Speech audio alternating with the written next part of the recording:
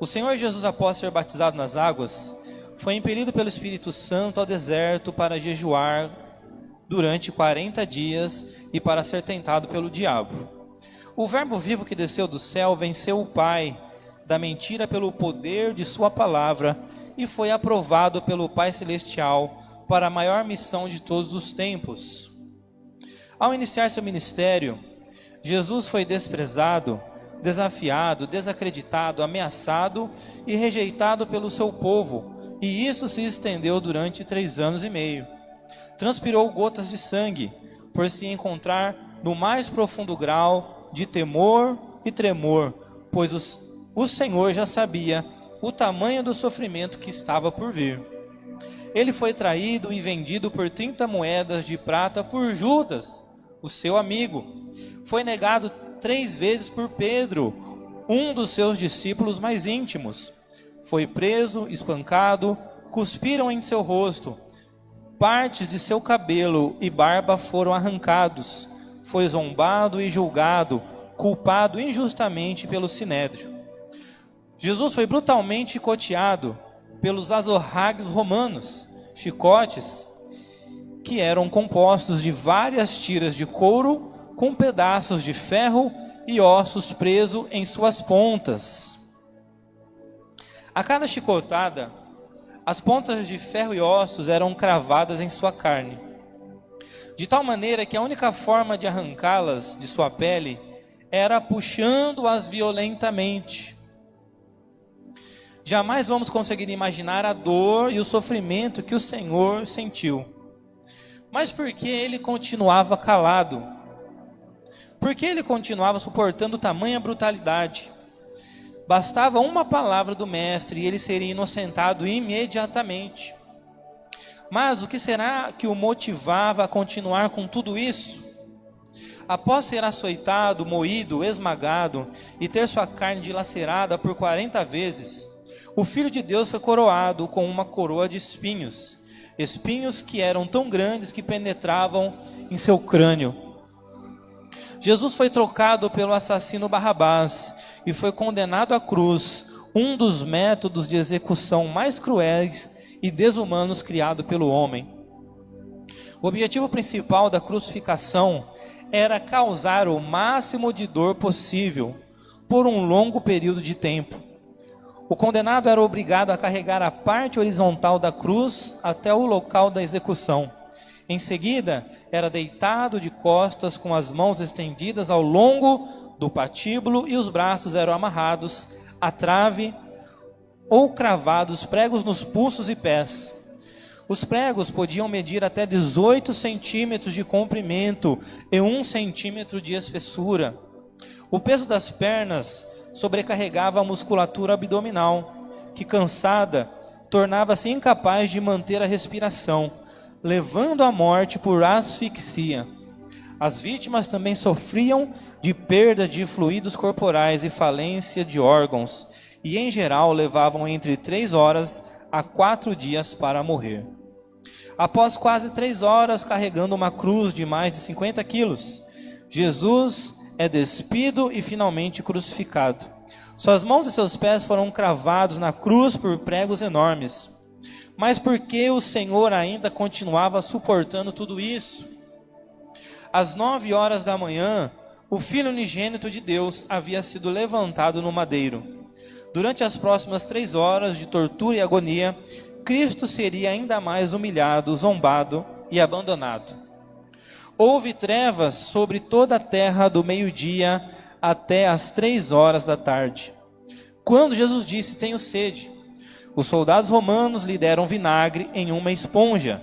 Esponja esta que era usada como o papel higiênico da época. O que será que motivava Jesus a continuar suportando todo esse sacrifício?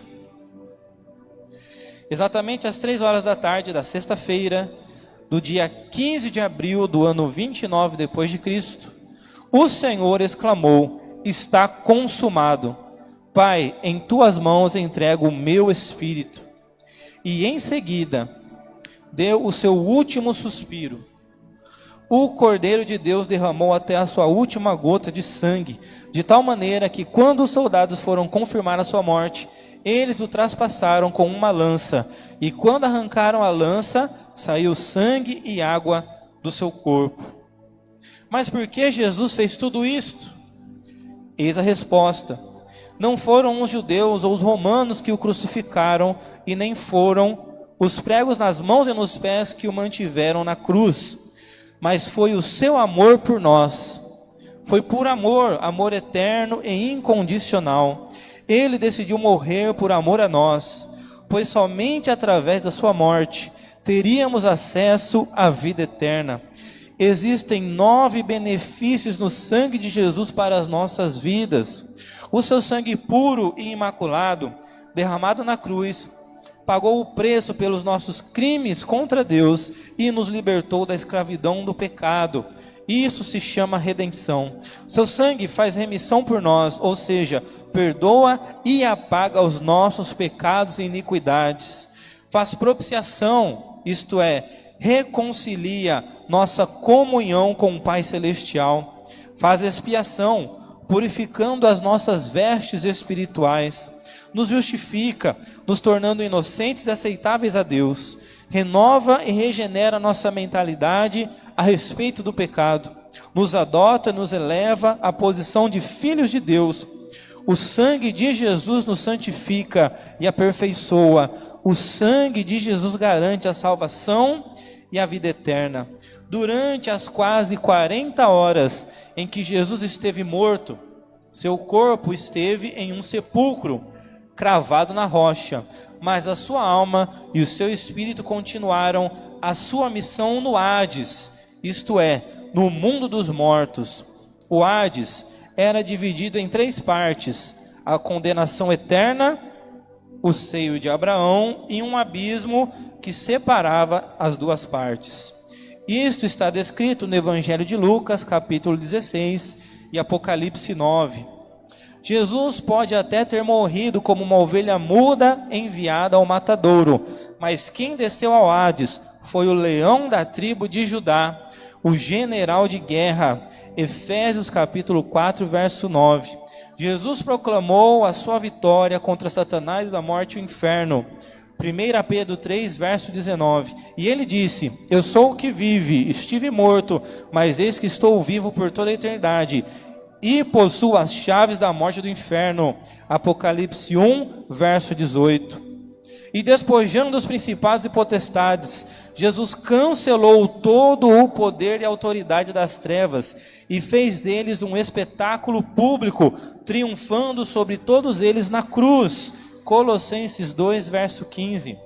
A Bíblia diz que Cristo divide o seu triunfo conosco. Isaías 53, verso 12. É por isso que hoje, todo aquele que tomar posse do sacrifício de Jesus na cruz, através da ceia, que é uma aliança eterna com Deus, amar a Deus acima de todas as coisas, amar ao próximo como a si mesmo, viver uma vida de intimidade com o Espírito Santo e obediência, terá uma vida vitoriosa contra Satanás, a morte, o inferno, e também receberá poder e autoridade sobre eles. Romanos 10, verso 10, Hebreus 11, verso 6 e Evangelho de João, capítulo 6. Ao terceiro dia, Jesus ressuscitou e vive para sempre, e muito em breve ele irá buscar a sua noiva, a igreja, no dia do arrebatamento, e esse dia está para acontecer a qualquer momento.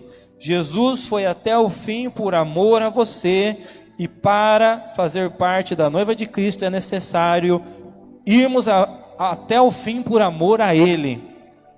Jesus se entregou na cruz com amor ágape, amor sacrificial. Que tipo de amor você acha que o Senhor Jesus quer receber de nós? Isso mesmo, exatamente, o mesmo tipo de amor, amor ágape, amor sacrificial. Amém? Aí, meus irmãos, Jesus fez tudo isso. E Jesus, durante 3 anos e meio, né? Aliás, desde quando Jesus nasceu, perseguido para ser morto, e sofreu, e com certeza a vida de Jesus não foi fácil até os seus 30 anos. Ele teve que assumir o seu posto de irmão mais velho, provedor da família. Foi um carpinteiro. Ele, aos 30 anos, iniciou seu ministério.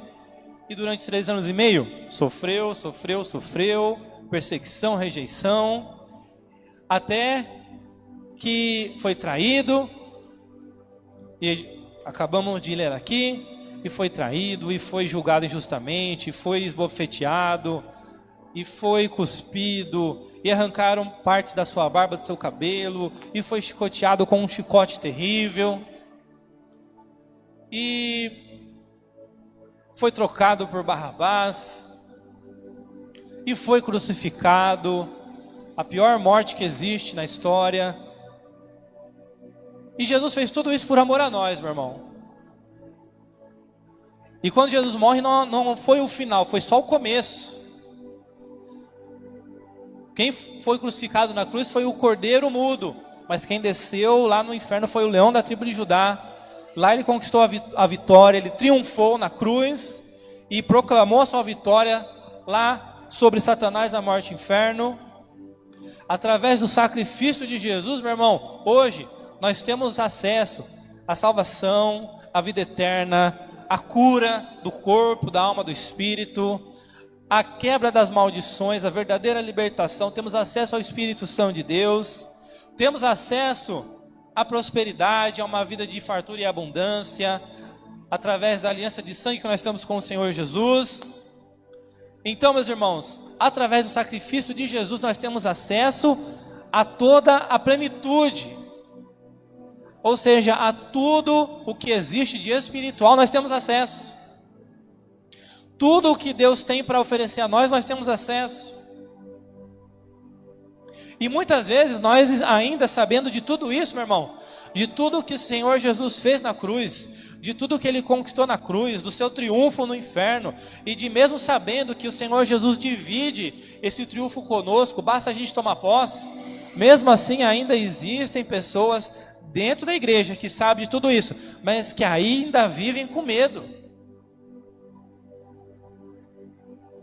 Por que tanto medo, meu irmão? Se em Cristo Jesus temos tudo o que precisamos para ter vida em abundância.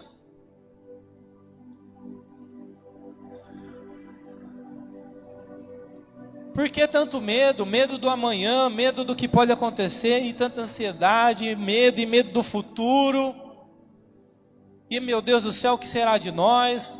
Ai, meu Deus, o que vai ser de mim? Se os meus inimigos estão se levantando contra mim, o que vai ser de mim? Coitadinho de mim. E agora, o que vai ser de mim? A minha vida inteira foi na presença, e agora? O que vai acontecer comigo? Eu plantei, mas será que eu vou colher alguma coisa?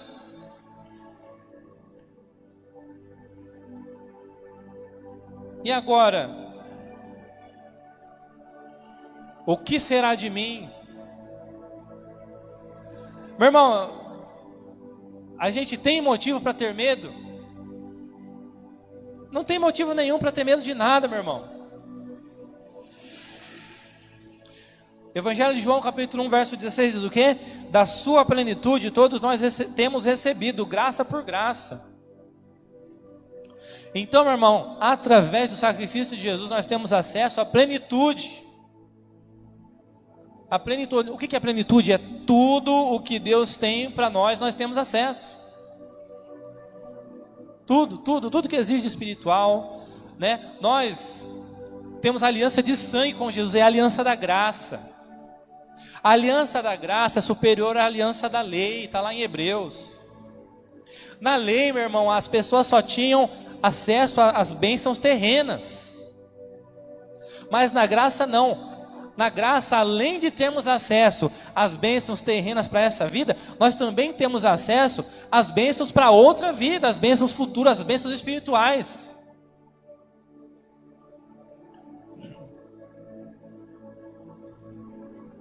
Então nós temos acesso a essa plenitude, meu irmão.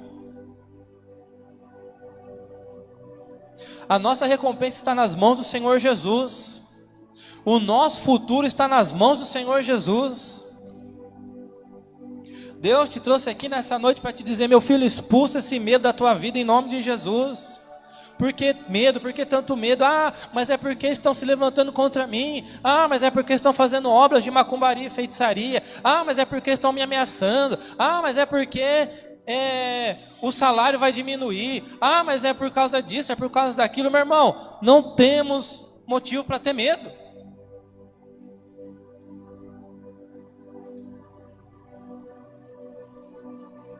Deus tem cuidado de nós todos os dias.